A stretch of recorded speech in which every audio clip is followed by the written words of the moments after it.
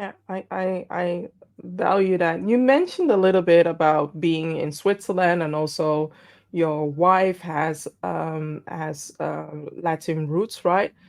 You in your book you write about your personal experience in Europe and Latin America. How did that influence your views on diversity, equity, and inclusion?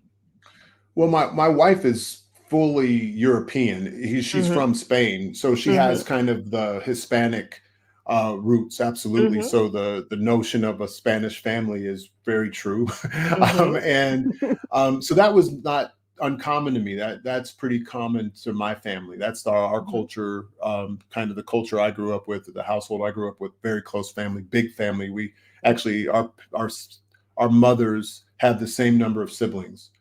They're not all of them are still living, but they did, right?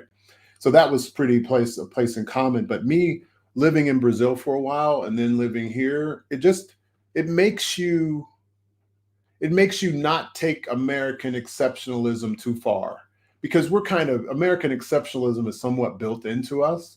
And until you're outside of it and you're the American, because I never thought so much about being American until you go outside of your country. And then you're so American, like, oh my God, you're so American. And you're like, whoa, I'm American. Yes, yes, And, yes. occasionally people will remind you of it in slight, Mhm. very, very subtle ways.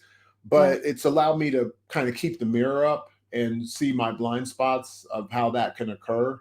And, allow me to be a more open human being in the world, and how I traverse it, and understand that my perspective is by its nature limited.